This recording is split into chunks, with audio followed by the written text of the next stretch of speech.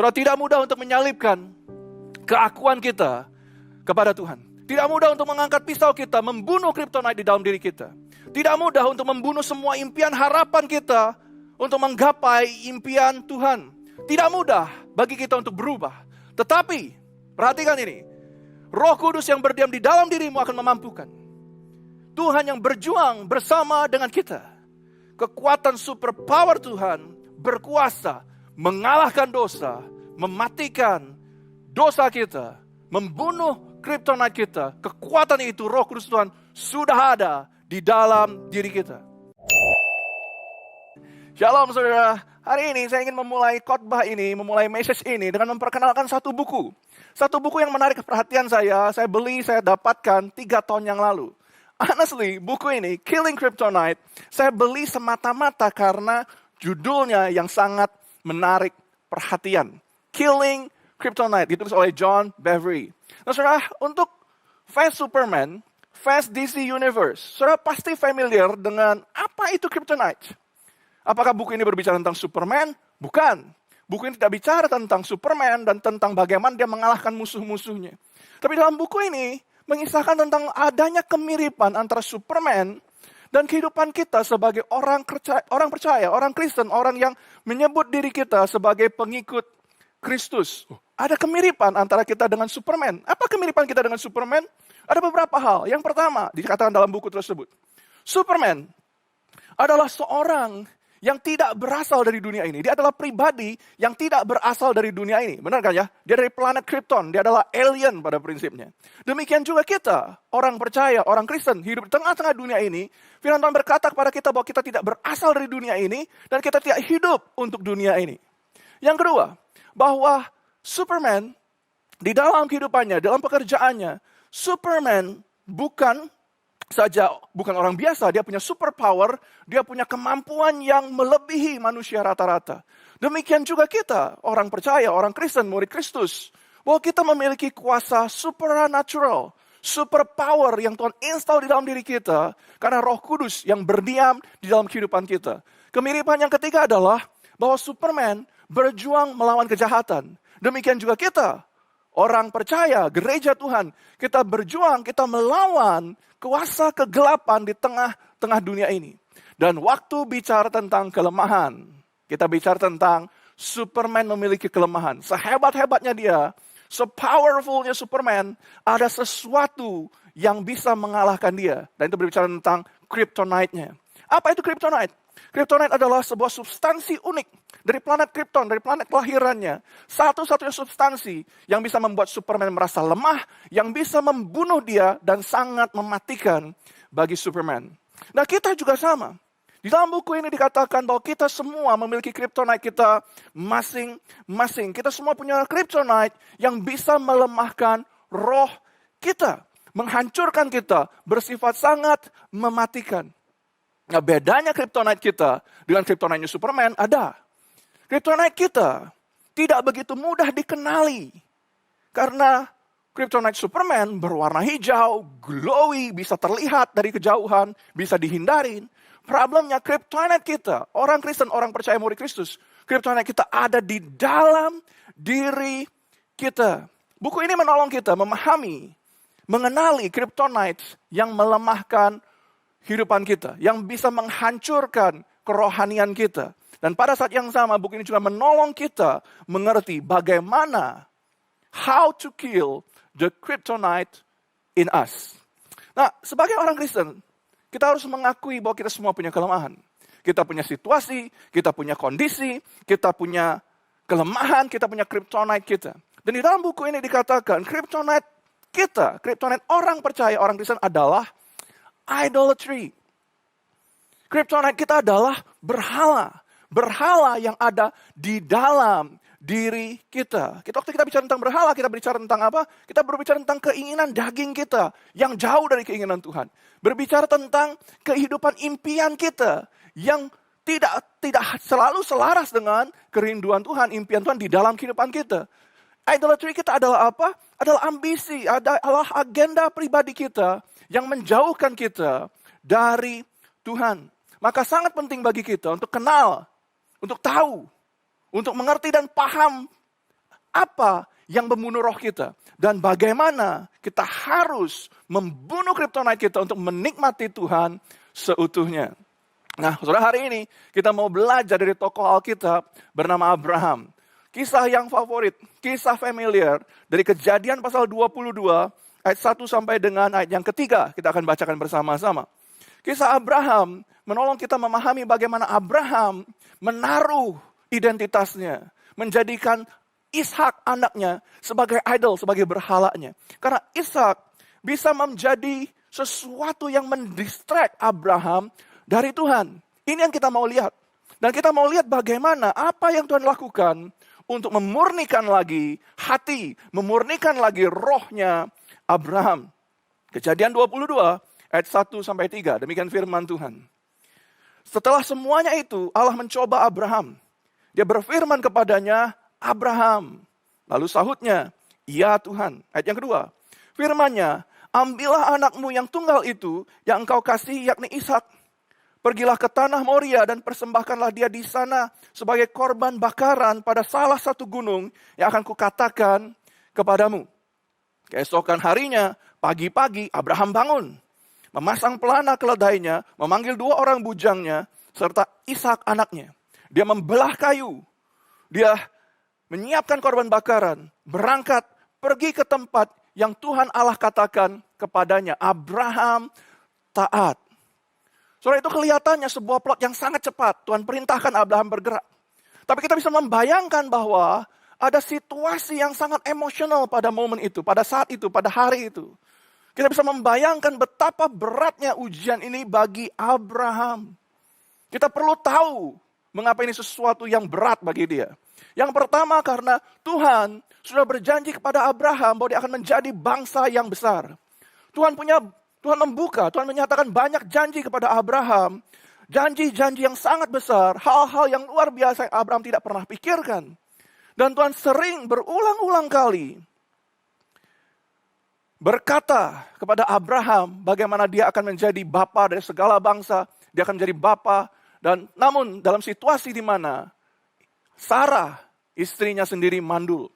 Dalam situasi di mana istrinya tidak bisa dibuahi, tidak bisa memiliki anak. Tuhan berkata kepada Abraham, kau akan menjadi bangsa yang besar. Maka ketika Sarah hamil, ketika Ishak lahir, itu adalah sebuah keajaiban, sebuah berkat, sebuah hal yang luar biasa. Abraham terima dari Tuhan. Dan dia mendapatkan semuanya. Yang Tuhan janjikan, Tuhan genapi. Yang Tuhan katakan, dijadikan. Maka semua berjalan sangat baik dalam kehidupan Abraham pada momen itu. Namun Kejadian 22, kita bisa katakan itu adalah sebuah ujian final Tuhan buat Abraham. Allah meminta Abraham untuk mengorbankan Ishak anaknya. Jelas ini jauh lebih sulit dari pergumulan apapun yang Abraham pernah lewatin. Dan Tuhan gak bisa disalah tafsir pada momen itu. Karena apa? Karena Tuhan berbicara sangat clear. Tuhan minta dengan sangat spesifik. Ambillah anakmu yang tunggal itu, yang engkau kasihi, yakni Ishak, persembahkanlah dia. Tuhan mengidentifikasi clear sekali. Tuhan menekankan 3 kali. Anakmu, yang tunggal itu, yang satu-satunya itu, yang kau sayang, Ishak, persembahkan dia. Jadi gak ada ruang bagi Abraham untuk salah memahami apa yang Tuhan minta. Dari konteks ini kita tahu bahwa bagi Abraham, Ishak adalah impiannya. Ishak adalah masa depannya. Ishak adalah semua dalam kehidupan Abraham. Semua yang paling penting, semua yang dia miliki. Semua ambisinya, semua impiannya. Maka Ishak memang bisa dengan mudah sekali menggantikan posisi Tuhan di dalam hati, di dalam prioritas, di dalam rohnya Abraham. Maka kita bisa katakan ketika Tuhan meminta Abraham untuk mengorbankan Ishak, sebenarnya Tuhan meminta Abraham untuk membunuh kryptonite-nya. Tuhan meminta Abraham untuk membunuh berhalanya, masa depannya, mimpinya. Can you imagine that? Dia harus membunuh anaknya sendiri. It's a huge thing. It's a huge problem for Abraham. Abraham, can you guess? Can you get it? Do you get it? He had to put a knife on his own son. He had to put a knife on his dream, on his future, on his ambition. He had to put a knife on it. Dia harus membunuh, in a sense, semuanya, miliknya, dirinya. Tapi itu adalah berhala yang Tuhan ingin Abraham singkirkan. Saudara, waktu kita bicara tentang berhala, ada banyak orang berpikir bahwa berhala itu adalah dalam bentuk patung, sesembahan atau sebuah objek tertentu yang dianggap sakral, yang dianggap sesuatu yang keramat. Tetapi sesungguhnya berhala adalah segala sesuatu, bentuknya bisa macam-macam. Berhala adalah segala sesuatu yang mendistract kita dari Tuhan. Berhala adalah segala sesuatu, bentuknya bisa apa saja yang menarik kita keluar dari tracknya Tuhan. Kalau kita baca surat Yakobus, di perjanjian baru surat Yakobus. Waktu Yakobus berbicara mengenai jangan mendua hati. Yakobus pasal 1 ayat yang ke-8.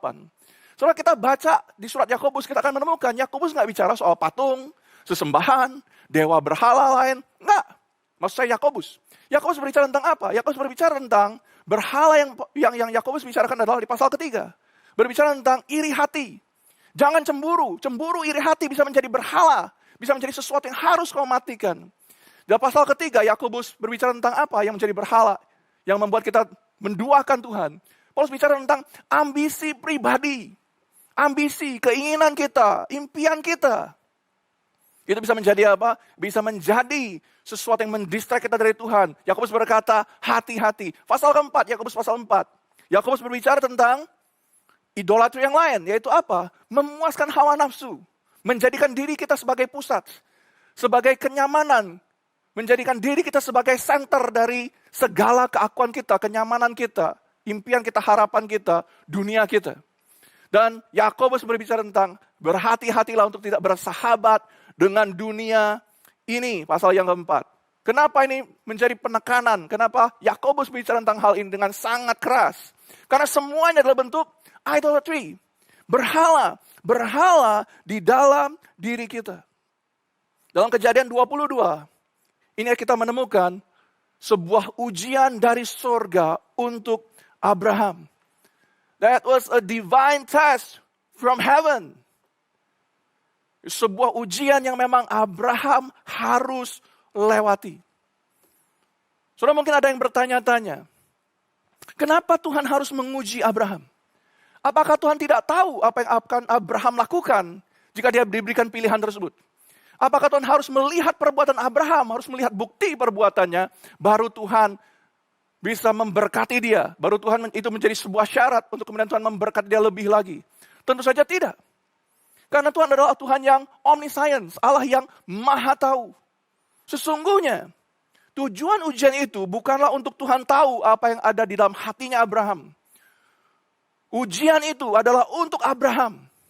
Supaya Abraham mendapat kesempatan untuk mendefinisikan ulang, untuk mengevaluasi apa yang utama dalam hidupnya. Apa yang terpenting di dalam hatinya. Tuhan atau Ishak anaknya. Tuhan, rencana Tuhan, agenda Tuhan, atau agendanya, ambisinya pribadi. Dan waktu Abraham berhasil lulus dari ujian tersebut, apa yang kita ketahui?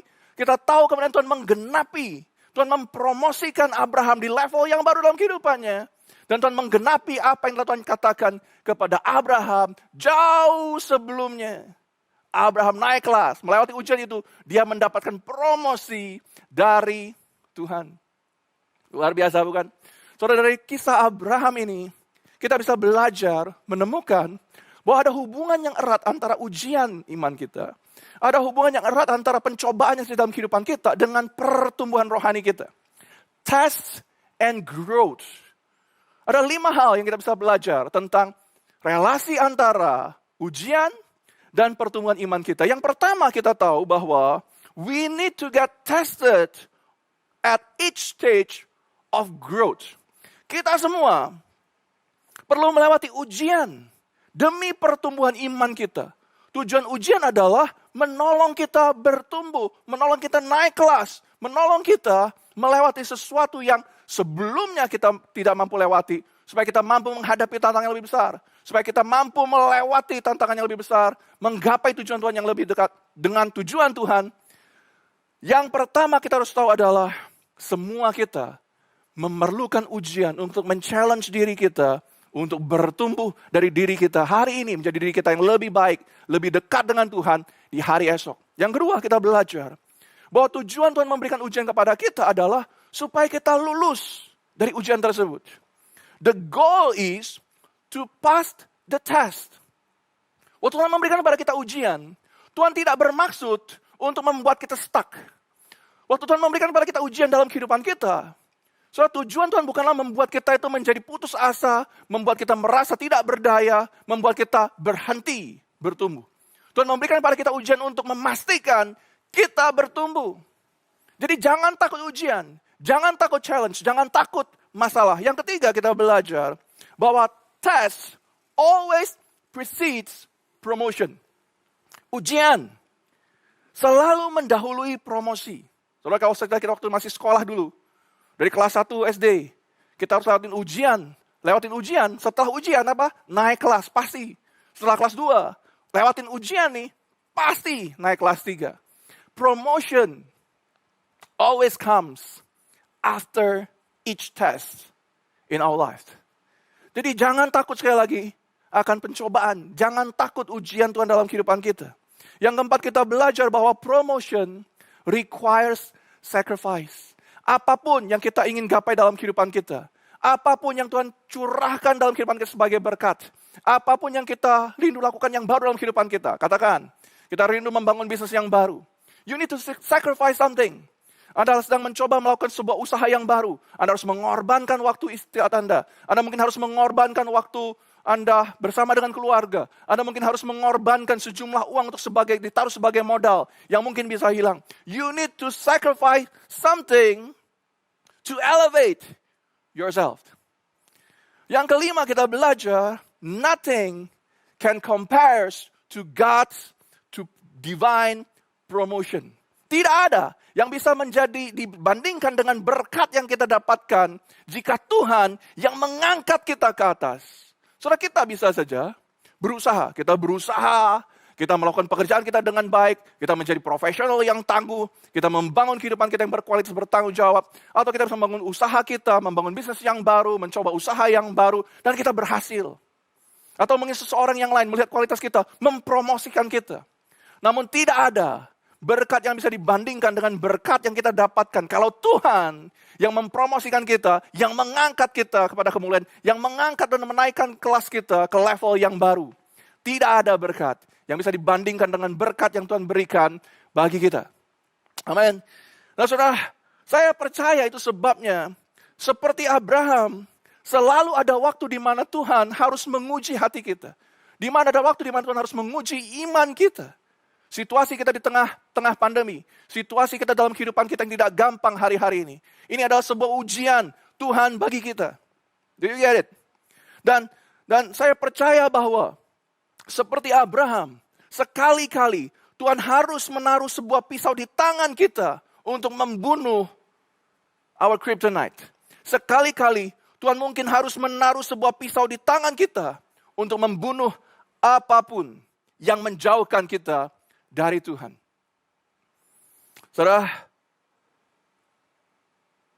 I really want to make sure that you know, that you understand about this. Saya ingin Anda benar-benar paham akan hal ini. Ini poin pentingnya buat kita hari ini. God might ask us to put a knife on our dream. God might ask us to put a knife on our wishes, on our agenda, on our ambition. Tuhan mungkin sekali harus menaruh sebuah pisau di tangan kita untuk kita bisa mampu membunuh ambisi pribadi kita, impian kita yang jauh dari Tuhan, supaya kita bisa menikmati Tuhan secara utuh. Now comes the tricky part. Ini waktunya sekarang untuk belajar yang trikinya.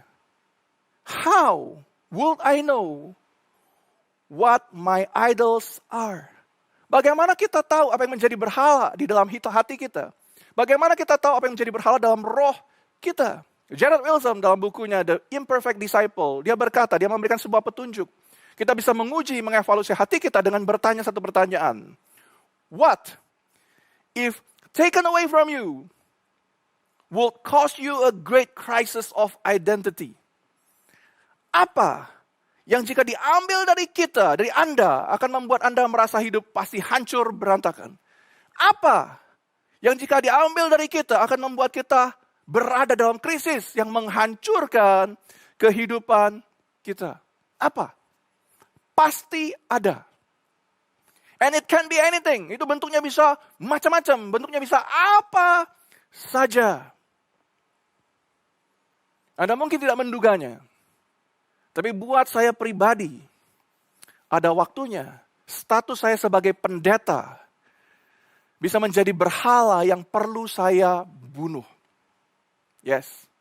Status jabatan saya sebagai pastor bisa menjadi sesuatu, bisa menjadi idols yang harus saya matikan. Let me share you my story. Tahun 2012, saya bersama dengan keluarga meninggalkan Palembang, gereja yang telah saya layani, saya sangat kasih selama hampir 10 tahun, dan kami pindah ke Singapura. Tidak ada yang salah dengan gereja tersebut, tidak ada yang salah dengan pelayanan kami.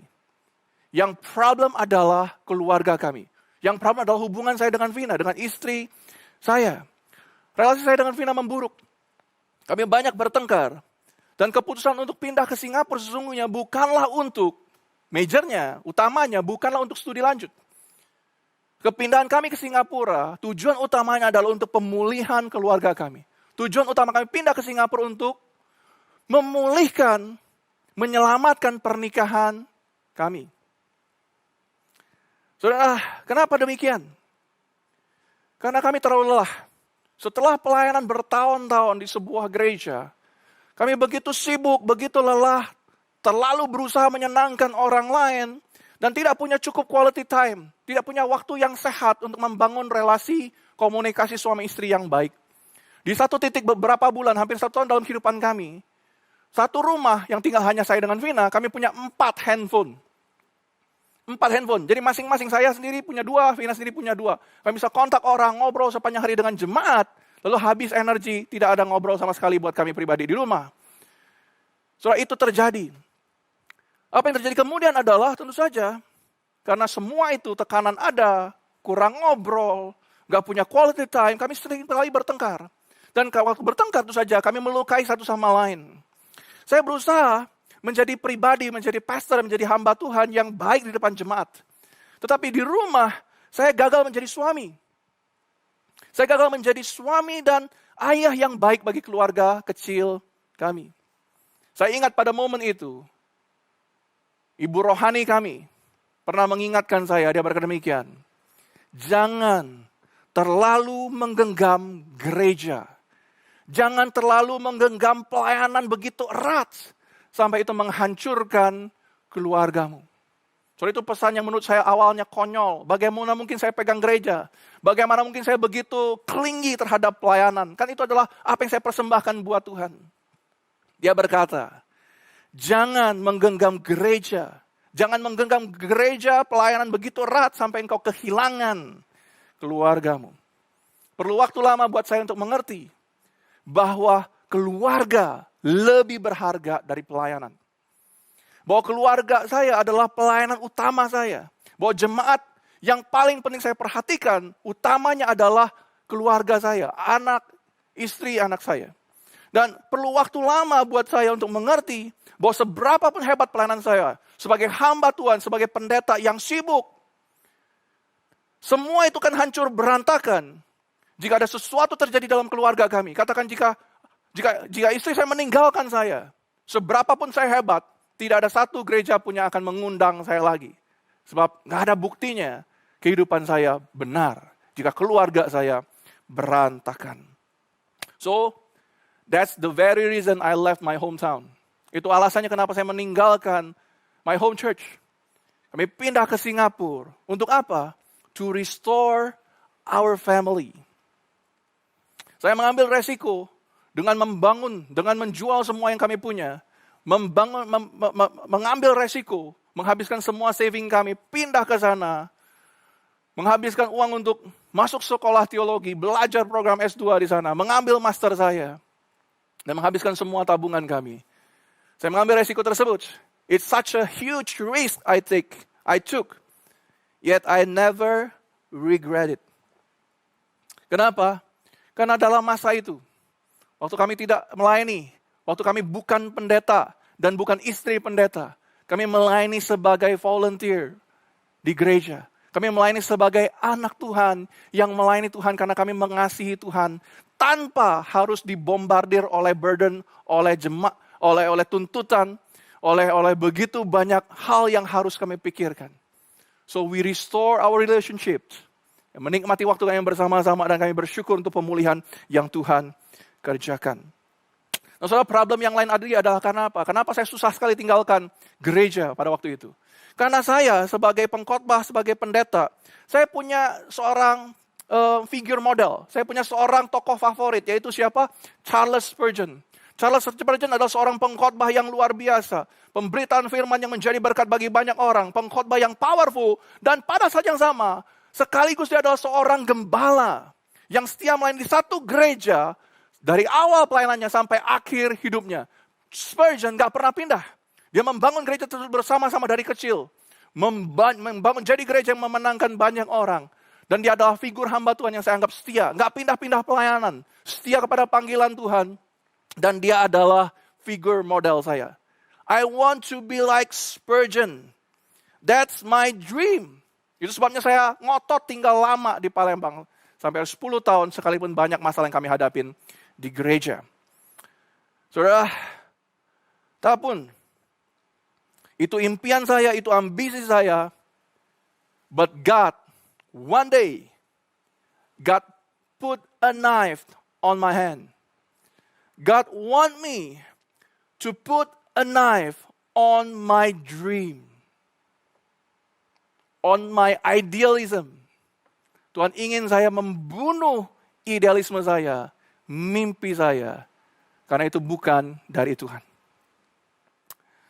So, yang ingin saya katakan dari cerita ini adalah sederhana. Bahwa sesuatu yang kelihatannya sangat rohani sekalipun bisa menjadi berhala yang mendistract kita dari tujuan Tuhan, dari tujuan Injil. Ambisi kita dalam pelayanan. Standar kita dalam pelayanan. Ambisi kita bisa menjadi sesuatu yang tanpa sadar menjauhkan kita dari Tuhan. Maka hari ini, saudara, saya ingin menolong kita, mengajak kita semua mengevaluasi hati kita, mengevaluasi diri kita. Apa berhala yang harus engkau buang dari kehidupanmu supaya engkau bisa menikmati Tuhan secara utuh? What, if taken away from you, will make you feel like lose everything? What is the thing that if taken away from you, will make you lost? What is your kryptonite that you need to kill? Bentuknya bisa macam-macam. Idol, berhala dalam diri kita itu bisa beragam bentuknya, beragam wujudnya. Ini beberapa contoh yang kita bisa pikirkan. Idol kita, berhala dalam diri kita, kryptonite kita bisa berupa imajinasi. Imajinasi bahwa kehidupan saya itu lebih baik kalau saya itu hidup dan lahir dari keluarga yang lain. Saya akan lebih bahagia kalau saya itu bukan anggota keluarga yang ini. Itu bisa menjadi sesuatu yang Tuhan ingin kau bunuh, kau matikan. Berhala bisa berupa penyesalan.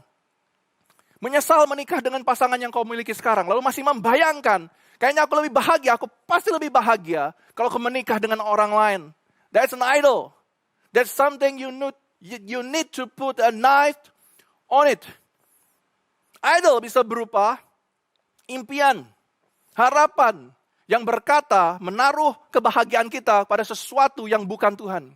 Impian yang mungkin berkata, saya akan lebih bahagia. Saya baru bisa bahagia jika saya punya sejumlah uang atau harta tertentu, punya rumah di sana, punya pabrik di situ, punya sekian banyak usaha, dan seterusnya dan sebagainya. Itu bisa menjadi idol. Sesuatu yang kau harus matikan jika itu mendistractmu dari tujuan Tuhan.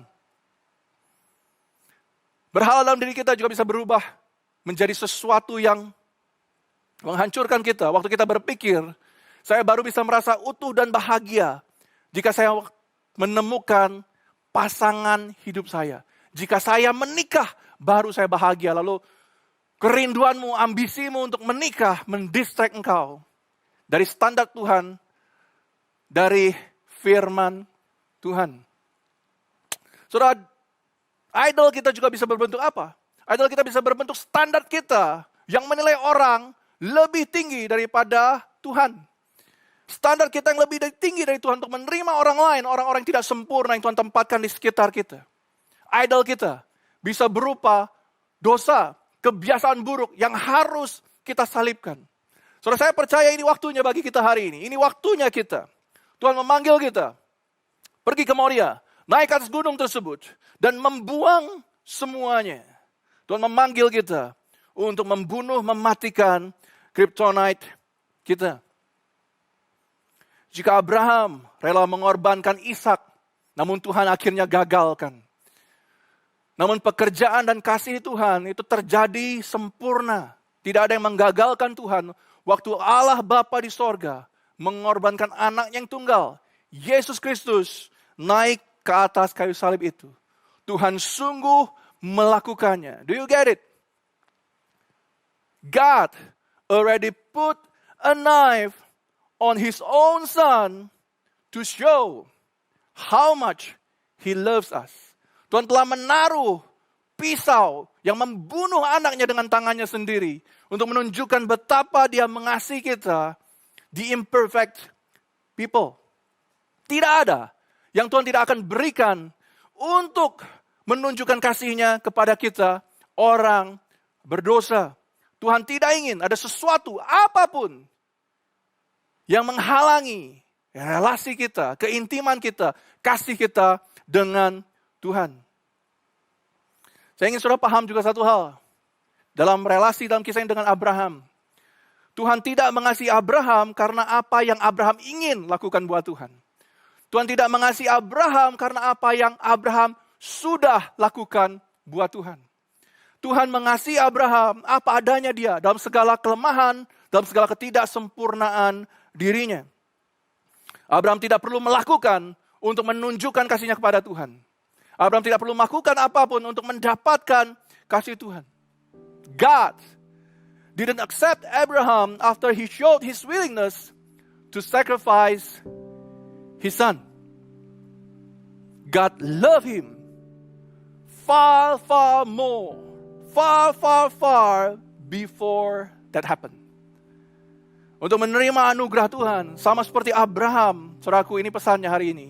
Yang kita perlu lakukan adalah membuang ego kita, impian kita, keakuan kita. Kita hanya perlu membunuh kryptonite di dalam diri kita untuk menikmati Tuhan seutuhnya.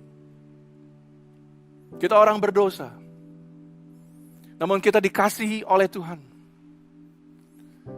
Jared Wilson berkata, "You are more sinful than you realize, but you are also more loved than you know."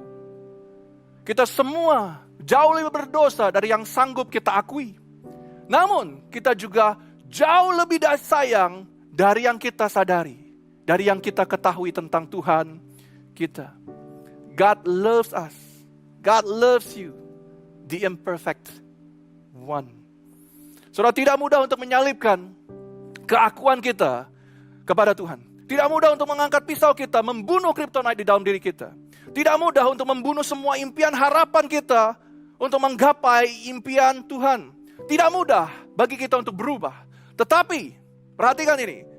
Roh Kudus yang berdiam di dalam dirimu akan memampukan. Tuhan yang berjuang bersama dengan kita.